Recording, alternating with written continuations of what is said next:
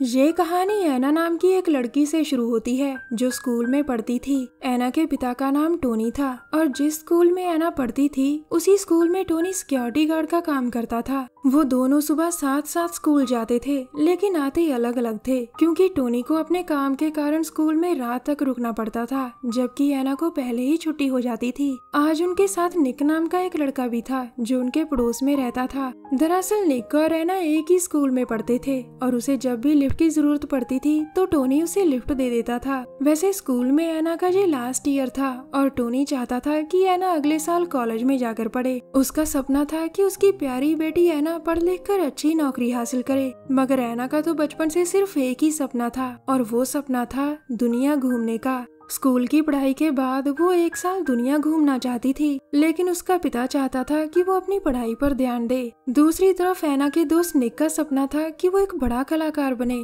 लेकिन स्कूल में सभी उसका और उसके सपने का मजाक उड़ाते थे। अब कहानी में हमें नॉर्मा नाम की लड़की दिखाई जाती है जो एक फिल्म मेकर बनना चाहती थी। नॉर्मा इस समय फिल्म मेकिंग क्लास में सबसे पीछे बैठी थी क्योंकि कोई भी उसकी तरफ ध्यान नहीं देता था। इसी क्लास में क्रिस नाम का एक लड़का भी था और वो नॉर्मा का अच्छा दोस्त था। क्रिस और नॉर्मा दोनों ही बड़े फिल्म मेकर बनना चाहते थे लेकिन क्लास में सभी इनका मजाक उड़ाते रहते थे। थोड़ी ही देर बाद स्कूल में रिसेस हो जाती है और ऐना के पास लीजा नाम की एक लड़की आती है। दरअसल लीजा ऐना की सबसे खास सहेली थी और वो दोनों एक ही क्लास में पढ़ती थी। अब वहाँ क्रिस और निक आते हैं और वो दोनों ऐना और लीजा के पास आकर बैठते हैं। आखिर में वहाँ नॉर्मा आकर क्रिस से कहती है, क्रिस मैं तुम्हें एक फिल्म दिखाना चाहती हूँ। इस पर क्रिस कहता है, मैं इस समय लीजा के साथ हूँ नॉर्मा, और तुम्हें तो पता है कि जब मैं लीजा के साथ होता हूँ तो मैं सब काम छोड़ देता हूँ। क्रिस की बात सुनकर नॉर्मा वहाँ से चुपचाप चली गई थी। कुछ देर बाद स्कूल में छुट्टी हो गई थी। अब सभी अपने अपने घर जा रहे थे लेकिन नॉर्मा की गाड़ी की चाबी कहीं गुम हो गई थी। तभी ऐना उसके पास आकर कहती है, क्या मैं तुम्हारी कोई मदद कर सकती हूँ? इस पर नॉर्मा कहती है, मैं अपना काम अकेले ही कर सकती हूँ। ये सुनकर ऐना अपने घर की तरफ बढ़ती है जबकि नॉर्मा वापस स्कूल में चली जाती है ताकि वो अपनी गाड़ी की चाबी ढूंढ सके। इसी दौरान ऐना का कंधा एक आदमी से टकराता है और वो आदमी एक ज़ॉम्बी था। कुछ देर बाद एक क्लब में ऐना इस क्लब में पार्ट टाइम जॉब करती थी और आज निक उससे मिलने यहाँ आया था। दरअसल 2 दिनों बाद क्रिसमस आने वाली थी जिसके कारण ऐना को क्लब में काफी काम था। निक मन ही मन ऐना से बहुत प्यार करता था और वो उसकी मदद करने यहाँ आया था। दूसरी तरफ स्कूल में क्रिसमस शो चल रहा था जबकि उसी समय कुछ ज़ॉम्बी स्कूल की तरफ बढ़ रहे थे। ऐना का पिता टोनी इस समय स्कूल में था और वो स्कूल के प्रिंसिपल विल के पास खड़ा शो देख रहा था। इसी शो में ऐना की खास सहेली लीजा ने भी हिस्सा लिया था और उसे देखकर टोनी बहुत खुश होता है। अगले दिन सुबह आज ऐना लेट उठती है क्योंकि आज वो घर में अकेली थी। उसका पिता कल रात से ही स्कूल में था क्योंकि वहाँ क्रिसमस का शो चल रहा था। ऐना उठकर जल्दी जल्दी तैयार होती है और फिर स्कूल जाने के लिए घर से निकल पड़ती है। ऐना गाने सुनते सुनते और अपनी ही मस्ती में स्कूल की तरफ बढ़ रही थी जबकि उसके आसपास ज़ॉम्बीज ने हर तरफ तहलका मचा रखा था। ऐना इतनी लापरवाही से आगे बढ़ रही थी कि उसे ज़ॉम्बीज के बारे में जरा सा भी पता नहीं चलता। उधर निक भी तैयार होकर अपने घर से निकल पड़ा था और फिर उसे रास्ते में ऐना मिल जाती है। अचानक तभी उनके सामने स्नोमैन जमीन पर गिरता है और ऐना उसके पास आकर कहती है, क्या तुम ठीक हो? मैं तुम्हारी मदद करती हूँ। मगर ये स्नोमैन ज़ॉम्बी में बदल चुका था और उसे देखकर वो दोनों वहाँ से भागते हैं। वो दोनों भागकर एक पार्क में आ गए थे और स्नोमैन भी यहाँ तक पहुँच गया था। ऐना कुछ सोचकर निक से कहती है, तुम यहीं रुको, मैं इस पर शीशा से वार करूंगी। अब स्नोमैन जैसे ही निक के पास आता है तभी ऐना शीशा जोर से दबाती है और स्नोमैन का सिर धड़ से अलग हो जाता है। उधर स्कूल में सभी लोग खाने पीने की चीजें समेट रहे थे और तभी प्रिंसिपल विल आकर सभी से कहता है, किसी को घबराने की जरूरत नहीं है, हमें आज रात यहीं बितानी पड़ेगी क्योंकि आर्मी वाले हमारी मदद करने के लिए कल सुबह तक आएंगे। मैंने उन्हें फोन पर बता दिया है कि हमारे स्कूल को ज़ॉम्बीज ने घेर लिया है और हमारी जान खतरे में है। उधर क्रिस और नॉर्मा उसी क्लब में छुपे हुए थे जिसमें ऐना काम करती थी। अब ऐना और निक जैसे ही क्लब में आते हैं तो डरा हुआ क्रिस उन्हें गले लगाकर मिलता है। ऐना उनसे पूछती है कि तुम यहाँ क्या कर रहे हो? इसके जवाब में वो बताते हैं कि कल रात जैसे ही हम स्कूल से बाहर निकले तो हमारे पीछे ज़ॉम्बीज लग गए थे। हमें ये क्लब अनलॉक मिला था और ज़ॉम्बी से बचने के लिए हम यहाँ छुप गए थे। इसके बाद नॉर्मा अपना लैपटॉप ऑन करती है और उसमें न्यूज देखने लग जाती है। न्यूज में बताया जा रहा था कि पूरी दुनिया में एक वायरस फैल चुका है और ये वायरस इंसानों को ज़ॉम्बीज में बदल रहा है। न्यूज देखने के बाद सभी दोस्त फैसला करते हैं कि वो क्लब में ही रहेंगे। इसके बाद क्रिस और निक अपनी मस्ती करने लग जाते हैं, जबकि दोनों लड़कियां वॉशरूम में आ चुकी थीं। अचानक उन्हें कैबिन से कोई आवाज सुनाई देती है। वो जैसे ही कैबिन को खोलती हैं, तो उसके अंदर एक ज़ॉम्बी था। लड़कियों को सामने देखकर वो उन्हें खाने की कोशिश करने लगता है, लेकिन नॉर्मा हिम्मत से काम लेती है और ज़ॉम्बी को मार देती है। अचानक तभी दीवार तोड़कर बहुत सारे ज़ॉम्बीज वॉशरूम में आ जाते हैं, जिसके बाद लड़कियां भागकर लड़कों के पास आ जाती हैं। अब कुछ ज़ॉम्बीज लड़कों की तरफ बढ़ रहे थे और कुछ लड़कियों के पीछे लग चुके थे। ज़ॉम्बीज चारों दोस्तों को पकड़कर खाना चाहते थे, जबकि चारों दोस्त दलेरी से उनका मुकाबला करने लग गए थे।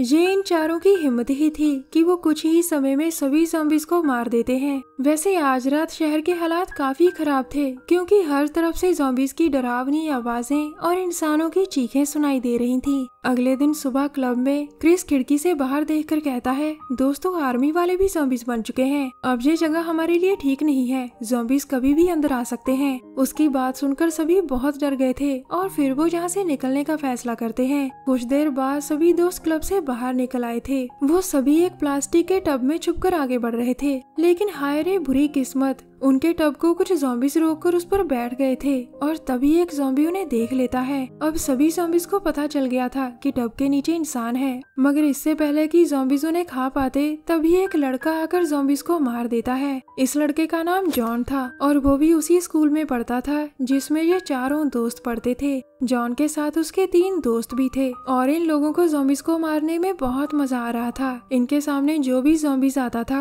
वो उसे मार देते थे। थोड़ी ही देर में सभी दोस्त आगे बढ़ रहे थे और वो देखते हैं कि ज़ॉम्बीज ने पूरे शहर को बर्बाद कर दिया है। फिर वो सभी एक मॉल के बाहर रुक जाते हैं ताकि वहाँ से खाने पीने का इंतजाम किया जा सके। वो जैसे ही मॉल के अंदर आते हैं तो ज़ॉम्बीज की आवाजें सुनकर डर जाते हैं। अब सभी दोस्त डरकर भाग रहे थे और इसी बीच ज़ॉम्बीज ने जॉन के तीनों दोस्तों को पकड़कर मार दिया था। उनकी मौत के बाद वो सभी दोस्त ज़ॉम्बीज का मुकाबला करने लग गए थे ताकि वो खुद की जान बचा सके। इसी बीच एना और निक को जब कई ज़ॉम्बीज घेर लेते हैं तो निक अपनी जान देकर एना की जान बचाता है। निक की मौत देखकर एना बहुत रोती है, जिसके बाद नॉर्मा उसे संभालती है। अब सभी दोस्त एक बार फिर से ज़ॉम्बीज का मुकाबला करने लग गए थे और वो जल्द ही सभी ज़ॉम्बीज को मार देते हैं। कुछ देर बाद सभी दोस्त स्कूल में आ गए थे ताकि वो अपने बाकी दोस्तों को बचा सके। वो जैसे जैसे स्कूल में आगे बढ़ रहे थे वैसे वैसे वो देखते हैं कि पूरे स्कूल में ज़ॉम्बीज फैल चुके हैं। इसी दौरान जब ज़ॉम्बीज उन पर हमला करने लगते हैं तो सभी दोस्त भागते हैं और भागते भागते अलग हो जाते हैं। अब एना और जॉन एक लैब में पहुंच चुके थे, जबकि क्रिस और नॉर्मा धीरे धीरे आगे बढ़ रहे थे। अचानक क्रिस को एक कमरे में गाने की आवाज सुनाई देती है और वो जैसे ही कमरे का दरवाजा खोलता है तो उसे सामने लीजा दिखाई देती है। उधर लैब में भी बहुत सारे ज़ॉम्बीज पहुंच चुके थे, जिन्हें देखकर जॉन एना से कहता है, तुम जाकर अपने पिता को बचाओ एना, इन्हें मैं रोकता हूँ। ये सुनकर एना वहाँ से चली जाती है और जॉन ज़ॉम्बी से लड़ने लग जाता है। दूसरी तरफ नॉर्मा अपनी गाड़ी की चाबी ढूंढती ढूंढती कैंटीन तक पहुँच गई थी, लेकिन यहाँ भी बहुत सारे ज़ॉम्बीज थे। दरअसल नॉर्मा को याद आ गया था कि खाना खाने के बाद वो अपना बैग कैंटीन में ही छोड़ आई थी और उसी में उसकी गाड़ी की चाबी थी। क्रिस और लीजा ज़ॉम्बीज का ध्यान अपनी तरफ खींच रहे थे ताकि नॉर्मा चाबी हासिल कर सके और वो सभी ये शहर छोड़ सके। इसी दौरान जब चाबी नॉर्मा के हाथ लग जाती है तो उसी समय ज़ॉम्बीज क्रिस और लीजा को पकड़ लेते हैं। वो उन्हें पकड़कर काट लेते हैं, जिसके बाद उनका बदलना तय हो गया था। अपने दोस्तों के हालात समझकर नॉर्मा बहुत दुखी होती है और फिर वहाँ से चली जाती है। उधर एना के सामने भी बहुत सारे ज़ॉम्बीज थे, जिन्हें देखकर किसी की भी रूह कांप जाए। अचानक तभी विल सामने आकर कहता है, देखो एना, मैंने तुम्हारे पिता को खुद के लिए संभाल कर रखा है। अगर ज़ॉम्बीज मेरी तरफ आए तो मैं तुम्हारे पिता को उनके सामने फेंक कर भाग जाऊंगा। ये सुनकर एना को बहुत गुस्सा आता है और वो अकेली ही ज़ॉम्बी से लड़ने लग जाती है ताकि वो अपने पिता को बचा सके। देखते ही देखते उसने सभी ज़ॉम्बीज को मार दिया था, जिसके बाद वो जल्दी जल्दी टोनी के हाथ पैर खोलती है। आजाद होते ही टोनी विल को मारने लग गया था,